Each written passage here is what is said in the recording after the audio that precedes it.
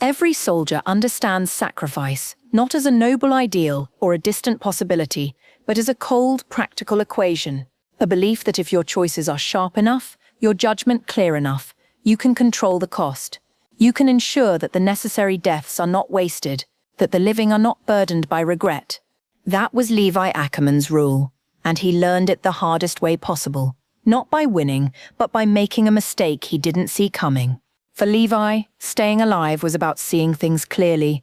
That was the only rule in the underground city where he grew up. His mother's quiet death and the tough lessons from his Uncle Kenny taught him that trusting people was dangerous. Waiting too long meant you would die. Strength wasn't for showing off.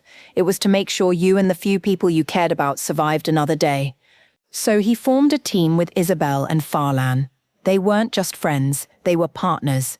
They were strong and smart. The world above ground wasn't a fantasy, it was a real goal, a place where their strength could mean something more than just fighting to stay alive.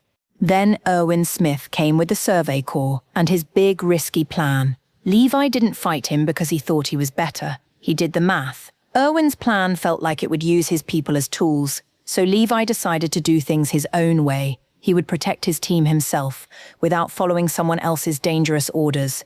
That choice changed everything. Because when the Survey Corps formation broke and Titans attacked from behind, Isabelle and Faran were not in a safe place. They were where Levi's own plan had put them out in the open, alone, and not ready for the real horror waiting outside the walls.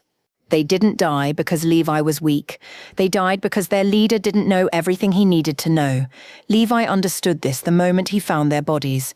The problem wasn't his strength, it was his decision. He had acted without understanding the whole situation.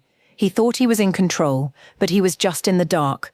He didn't kill Erwin that day. He looked at Erwin, a man who also carried the weight of sending people to their deaths, and saw the kind of strength he needed now.